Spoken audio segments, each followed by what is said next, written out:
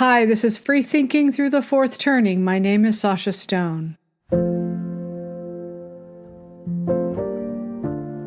Adopting positions from her rivals is a signature move for Kamala Harris, and other truths about our mystery candidate the press refuses to cover honestly. The new Kamala Harris is a grand illusion. It looks more like an Oscar campaign for Best Actress than an election for President of the United States. But that happens when your political party is in bed with Hollywood. They have all the best writers and executives in the business to sell a more palatable version to the people. The real Kamala Harris has proven to be not quite ready for prime time, or as she might see it, America is not quite ready for her.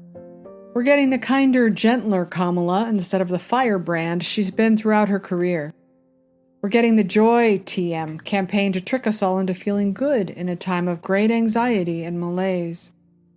We have a media selling this falsehood to the public every day, doing the work of the Harris campaign by depicting the Trump side as dark. Podcast listeners, a tweet by Gad Sad. I hate to say this, but I'm starting to think that Harris could become the next POTUS. It is a testament to all I've lectured and written about for several decades. Human stupidity is infinite. Humans are cognitive misers, preferring to experience the elation of joy and excitement over the hard work of thinking through their votes. She can't hide herself for much longer. Sooner or later, the firebrand will have to emerge. Harris probably hates how they keep telling her to talk less nasally, smile more, and soften herself for the cameras. The more they try to control her, the more she is likely to rebel against it. You know, maybe a little like Sarah Palin. I'm sorry, Governor, but there is only a few weeks left in this campaign. You have got to stop saying things to the press that are blatantly untrue. That is not the kind of campaign that we are running here. Campaign? Is that what you're calling this now? Governor, I admit that this is a dysfunctional campaign, but that is what I inherited, and I'm doing my level best to help us win this election. And that's what I'm trying to do too, Stephen. All you're doing is screwing me up. That's all you've done this entire time is get in my way. And I am raising millions of dollars for this campaign. Hundreds of thousands of people are coming to see me speak. Not John McCain, God bless him. They are coming to see me. So if I am single-handedly carrying this campaign, I'm gonna do what I want.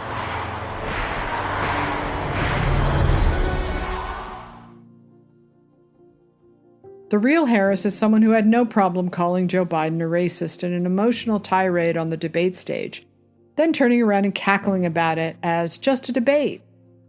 She is that competitive. But hey, no one gets into politics to lose. To quote Jack Nicholson in terms of endearment, everybody uses everything they have. Some might have been shocked when Harris casually snatched Trump's big platform of no tax on tips. I certainly was. How could she do it so brazenly and without shame? That is the real Kamala Harris. And it's only the beginning. Back in 2003, Harris had been working for Terrence Hallinan, the DA of San Francisco, a very left-leaning progressive under whose leadership crime had skyrocketed. But he was Harris's boss and likely one of her early mentors. When it came time to run against him, she adopted a strategy she would carry throughout her career, one she's employing in her run against Trump. In a Los Angeles Times column from 2003, her strategy of embracing the positions of her rival is laid bare. Quote, "New DA beat incumbent while embracing positions."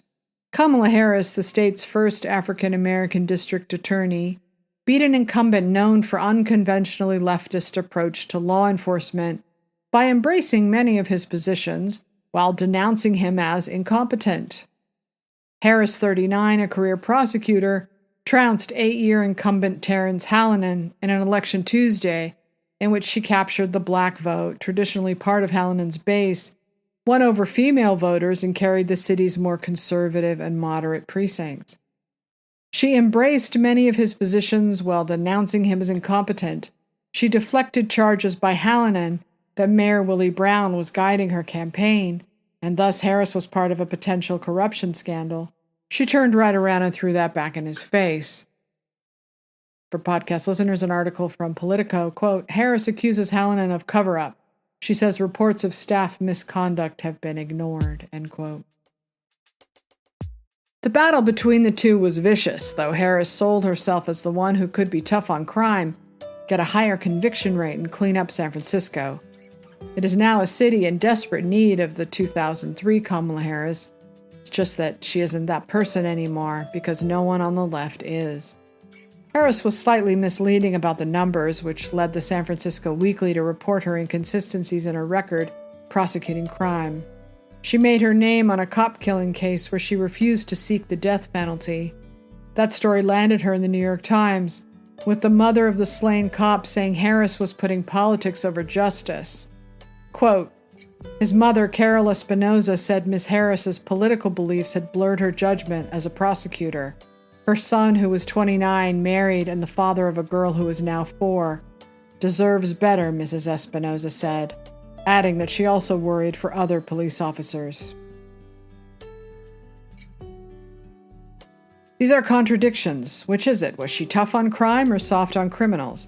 She's both, depending on what helps her win elections.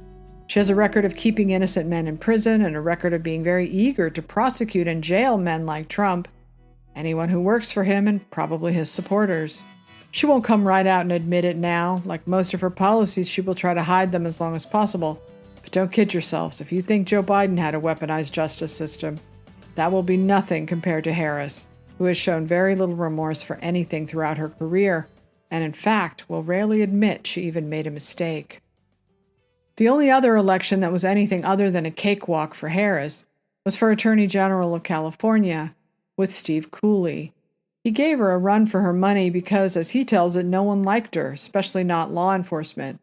He says even Jerry Brown didn't want to vote for her. I think the reason I did as well as I did, actually winning election night, was because so many people in California knew her and didn't like her, including Governor Jerry Brown. Governor Jerry Brown told me directly he was voting for me because he did not like Kamala Harris.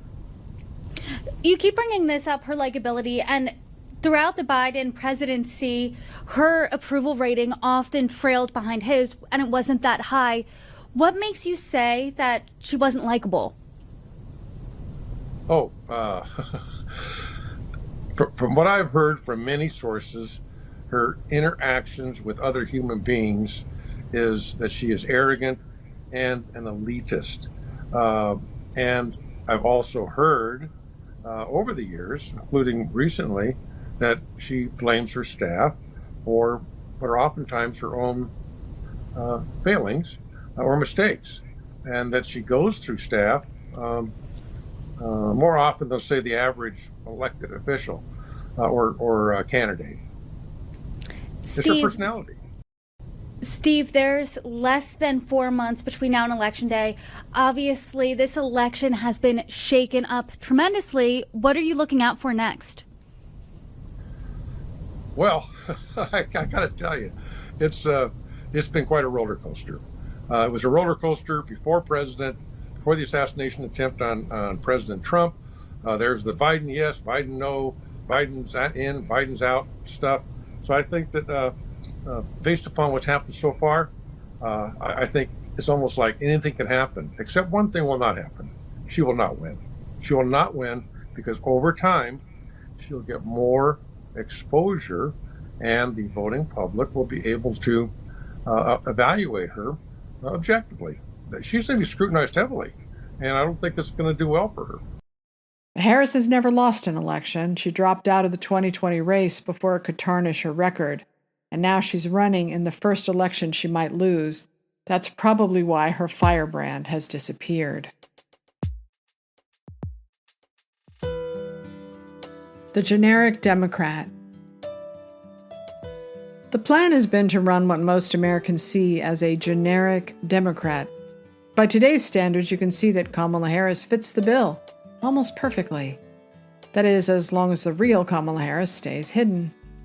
Podcast listeners, a headline: Kamala Harris' generic Democrat campaign is smart strategy, says polling expert.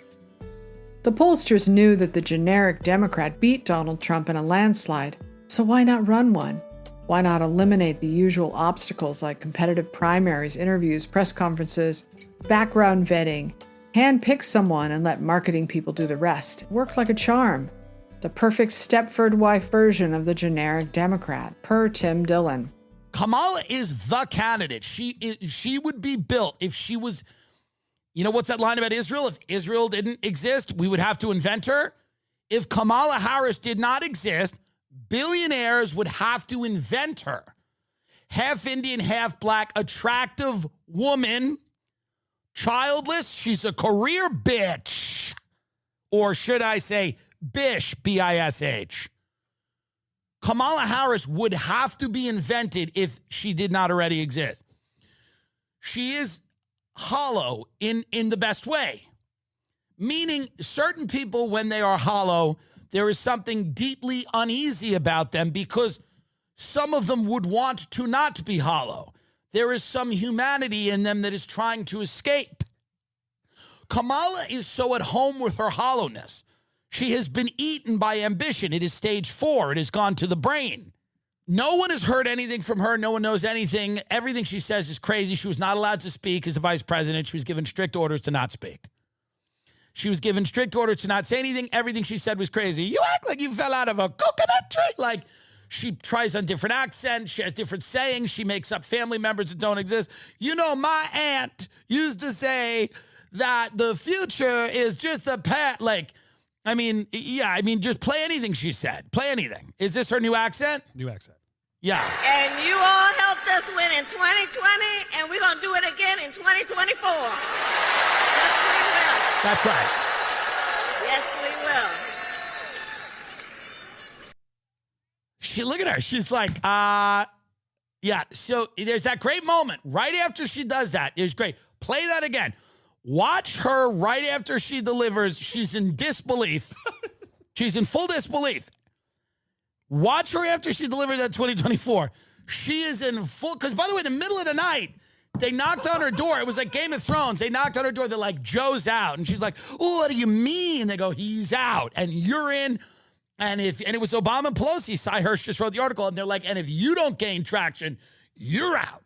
So follow me. And she had to follow these people by candlelight. They led her down a long corridor, a long hall, and she's being led. And they all have sleeping caps on. It's the Middle Ages. And she's going down a long hall, and she goes into her room. So she has no idea how this even happened. But she's handling it well. She smiles, and she's kind of goofy and silly, and she doesn't know.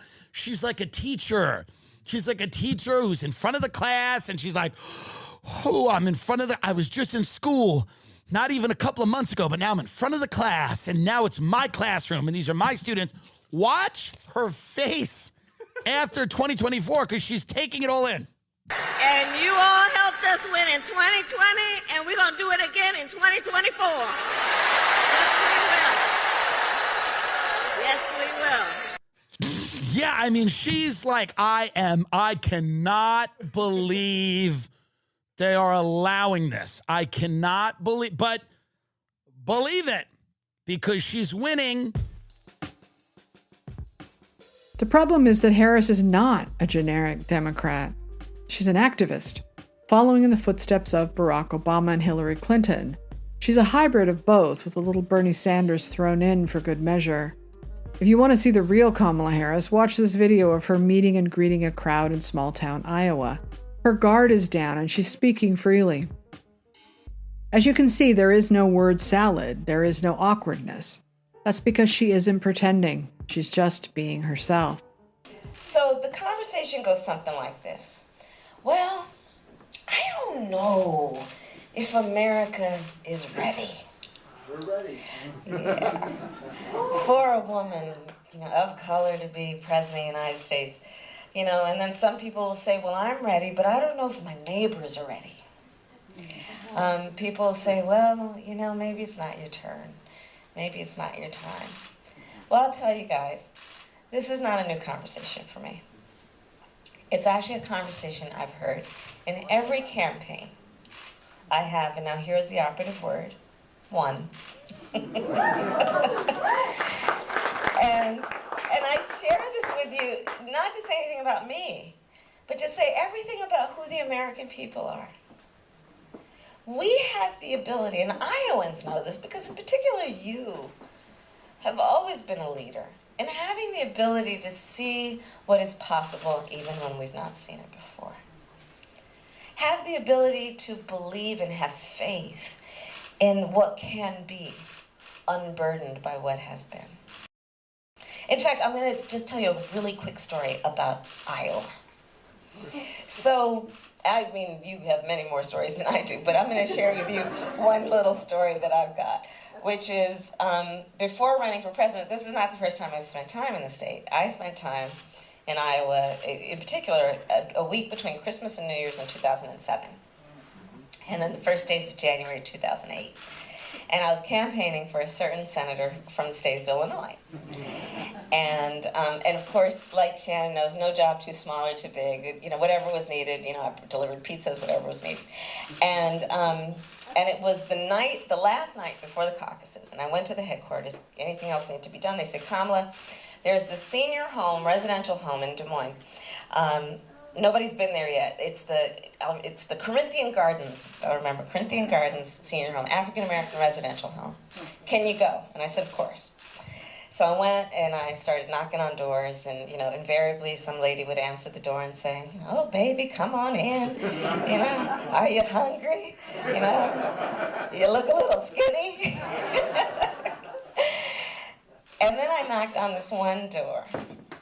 And the lady answered the door, petite lady, couldn't have been more than 5 feet. She had the chain on the door.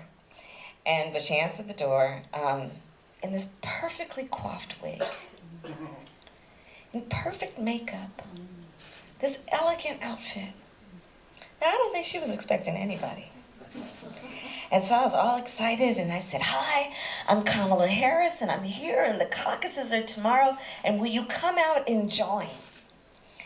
And she looked at me with a straight face, and she spoke these words: "They're not gonna let him win." And then I saw what I was looking at, which is this lady in all of her 85 plus years, and what she has experienced and witnessed in terms of indignity and injustice.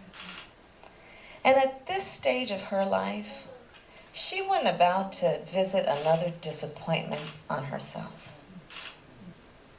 And so to myself, I said, okay, I am not leaving here. And I stayed, and I talked with her, and she talked more with me, and opened the door a little bit more. She never took that chain off the door. never took that chain off. And guess who showed up at the caucuses the next night? She was still confident back then. She hadn't dropped out of the primary yet. Her approvals hadn't dipped. She hadn't screwed up the border. She became the awkward, repetitive word salad Kamala once she realized Americans didn't like her that much, not in the primary of 2020 and not as vice president. So she tried not to offend America, and the result was even worse than who she really is, the firebrand. The Trump team should realize who they are really up against. Otherwise, they'll be caught with their pants down. Why would they plan to trick voters into picking someone they do not know, only for them to be shocked later when they find out who she really is? We're now on version 3 of Kamala Harris, but what won't they do to stop Trump? Make America Venezuela again. In a normal year, Harris would be on the defensive. She would have to explain what happened with Joe Biden, why she continued to support him and lie to the public about his cognitive state, or else if he was fine, why they pushed him out in such an undemocratic way. But because she's been rebranded as the Joy TM candidate, a change agent, she figured, why not go for broke? Let's offer Americans a bold new plan for what appears to be democratic socialism, the thing the Democrats have avoided for years now. Finally, the Trump campaign is gifted with the media doing its job. They're actually daring to criticize the Harris campaign for her economic proposal. Shocking, I know. From CNN. Catherine, I read your piece and I heard you just mention it. The federal ban on price gouging for groceries. You are skeptical of this. Why? Well, first of all, nobody can explain what price gouging means. It's like that old line about pornography. I know it when I see it. in the sense that what does it mean to have an excessive price or an excessive profit margin? That seems to be shorthand for a price or a profit margin that bugs me. That seems too high.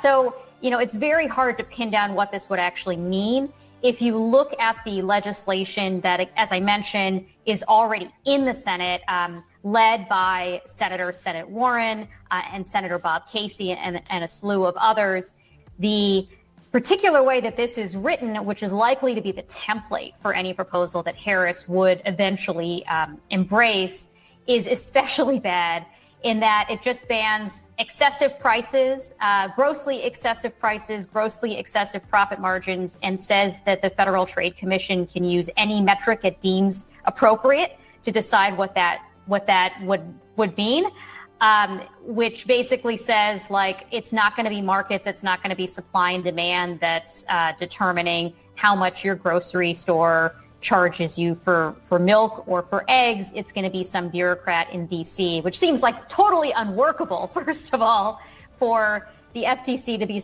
deciding like how much Kroger charges for eggs in Michigan. But it also would be very bad for markets. We've seen this kind of thing tried in lots of other countries before: Venezuela, Argentina, the Soviet Union, etc. It leads to shortages. It leads to black markets. Plenty of uncertainty. And The Washington Post. CNN again. Two things. I think number one, she took a lot of far left positions during her first run in 2019 and 2020. She has, temporarily kind of moderated these through some anonymous quotes from aides saying, well, she doesn't really want to ban fracking anymore. She doesn't want to do this, doesn't want to do that. This new program that she's kind of doing is pretty far left. $25,000, price controls essentially. That's number one. But the other thing is, kind of conveniently forgot she was vice president for the last 4 years when a lot of the housing market crisis was at its worst, when inflation was at its worst. So there's a lot of memory holding that. But look, when it comes to the $25K, I mean, you just added $25,000 into every price onto every home price in the country, because if you're giving that away essentially for free, people will add it into the price. David Friedberg, a lefty through and through, lays it all out on the All In podcast. Unequivocally hate socialism. Socialism destroys innovation, destroys productivity, and destroys individual liberties. Agriculture and food markets have insanely competitive dynamics because there are commodity markets, there are tons of competitors. There is no monopoly in making food, there is no monopoly in making CPG products, there is no monopoly in retail, there is no monopoly in grocery stores. It is a small margin, highly competitive, highly fragmented, free market. And the free market works in that everyone is always competing with each other, creating new productivity improvements, and as a result, over time, prices come down. Enjoy it while it lasts. They're already trying to find a way to silence her, even on policy, before the election. For podcast listeners, a headline from Politico: Dem lawmakers want to wait until after Harris wins to set policy agenda. Gen Z has always identified with what they believe is communism, so this is a test to see where the American electorate is now. Who knows, maybe they are ready to abandon the country's founding principles and embrace socialism at long last. After her speech, the Trump campaign went into action, highlighting how she is making a case for his campaign, not hers, and highlighting the high food costs since Biden-Harris took office. A loaf of bread costs 50% more today than it did before the pandemic.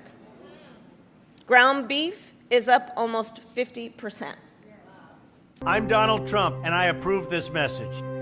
Here is a longer supercut of edited bits by someone on TikTok. Prices are too high. It feels so hard to just be able to get ahead. The bills add up. Food, rent, gas, back to school clothes, prescription medication, the cost of food. A loaf of bread costs 50% more. Ground beef is up almost 50%. There's a serious housing shortage. The price of housing has gone up. It's too difficult to build, and it's driving prices up. It is out of reach. The size of down payments have gone up as well. Costs are still too high. There's not much left at the end of the month, and prices are still too The Trump side should not be running against the Harris we saw as Veep, but the Harris from 2019, the firebrand. She won't stop at stealing the no tax on tips, be warned. It's like that scene in Indiana Jones where he does the work to get the idol, but it's taken from him. Dr. Jones, again we see there is nothing you can possess which I cannot take away. And you thought I'd given up. Trump's superpower has always been his ability to tell truths most are afraid to tell. Trump should tell it all. He should push in the tender spots like her first election, where she threw her former boss under the bus. He should bring her refusal to call for the death penalty in the killing of a young cop whose child had to grow up without a father. He should continue to bring up her shameful treatment of Joe Biden, the man who helped her until he was no longer useful and was then cast aside. All of this paints a picture of a woman who cares more about her own rise and her own career than the American people. But Trump will have to close the deal.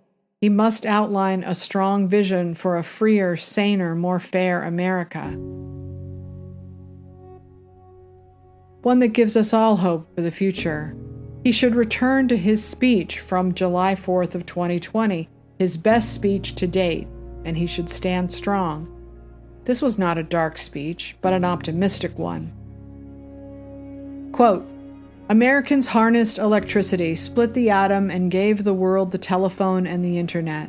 We settled the Wild West, won 2 world wars, landed American astronauts on the moon, and one day very soon we will plant our flag on Mars. We gave the world the poetry of Walt Whitman, the stories of Mark Twain, the songs of Irving Berlin, the voice of Ella Fitzgerald, the style of Frank Sinatra, the comedy of Bob Hope, the power of the Saturn V rocket, the toughness of the Ford F-150, and the awesome might of the American aircraft carriers. Americans must never lose sight of this miraculous story. You should never lose sight of it, because nobody has ever done it like we have done it. So today, under the authority vested in me as President of the United States, I am announcing the creation of a new monument to the giants of our past. I'm signing an executive order to establish the National Garden of American Heroes, a vast outdoor park that will feature the statues of the greatest Americans to ever live. From this night and from this magnificent place, let us go forward, united in our purpose and rededicated in our resolve. We will raise the next generation of American patriots. We will write the next thrilling chapter of the American adventure. And we will teach our children to know that they live in a land of legends, that nothing can stop them, and that no one can hold them down. They will know that in America they can do anything, you can be anything, and together we can achieve anything. Remember, younger generations don't know what it is to love this country. They don't really even know patriotism. They've been raised to look at our history with a critical eye, but they've never been taught how to love this bold, brave, beautiful American experiment. Trump can switch on that light and give people something to feel good about. Whoever wrote that speech for Trump must be hired now to write every speech he gives until Election Day, because that is exactly the right note to hit right now. When they say we're not going back, Trump's answer should be, you're right, we're not going back. We're going forward, away from the Biden-Harris America, and toward a more free America for everyone, not just those they deem worthy. If she can take from him, he can take from her. Finally, he might also take a page from Reagan yet again. Quote, but consider these questions as well when you finally make your decision. Are you more confident that our economy will create productive work for our society, or are you less confident? Do you feel you can keep the job you have or gain a job if you don't have one? Are you satisfied that inflation, as the highest rates in 33 years, were the best that we could do? Are interest rates at 14% something you are prepared to live with? Are you pleased with the ability of young people to buy a home, of the elderly to live their remaining years in happiness, of our youngsters to take pride in the world we have built for them? Is our nation stronger and more capable of leading the world toward peace and freedom, or is it weaker? Is there more stability in the world or less? Are you convinced that we have earned the respect of the world and our allies, or has America's position across the globe diminished? Are you personally more secure in your life? Is your family more secure? Is America safer in the world? And most importantly, quite simply, the basic question of our lives: are you happier today than when Mr. Carter became President of the United States? I cannot answer those questions for you. Only you can. That's a powerful message to send to the people, and it will be useful to Trump only if he can remind voters that Kamala Harris is not moving forward. Kamala Harris is just more of the same.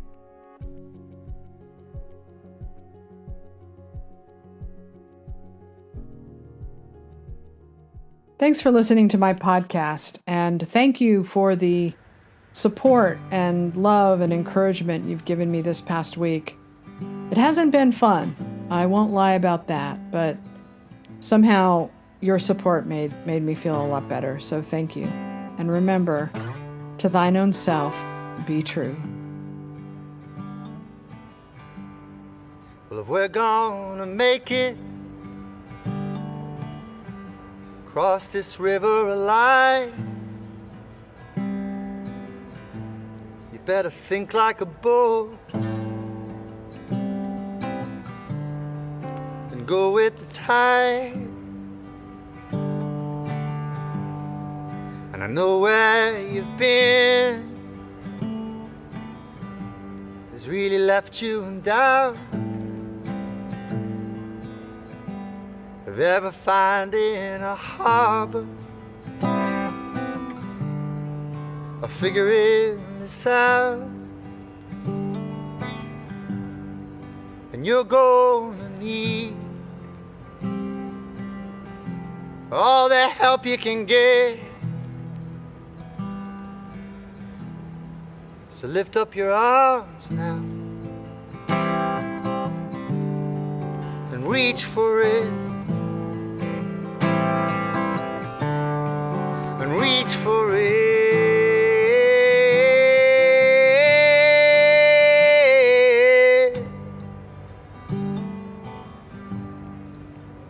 And take your time, babe. It's not as bad as it seems. You'll be fine, babe. It's just some rivers and streams in between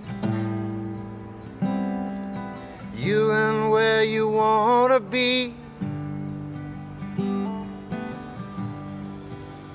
And watch the signs now, you'll know what they mean. You'll be fine now. Just stay close to me and may good hope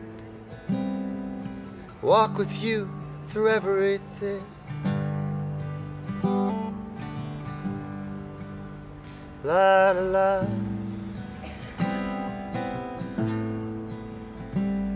La la la la.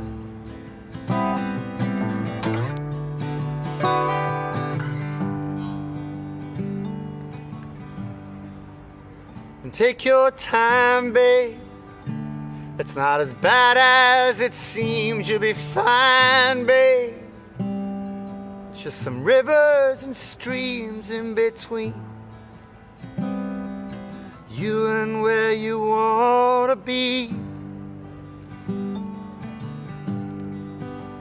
And watch the signs now, you'll know what they mean. You'll be fine now. Just stay close to me and may good hope walk with you through everything. May the song of good hope walk with you through everything.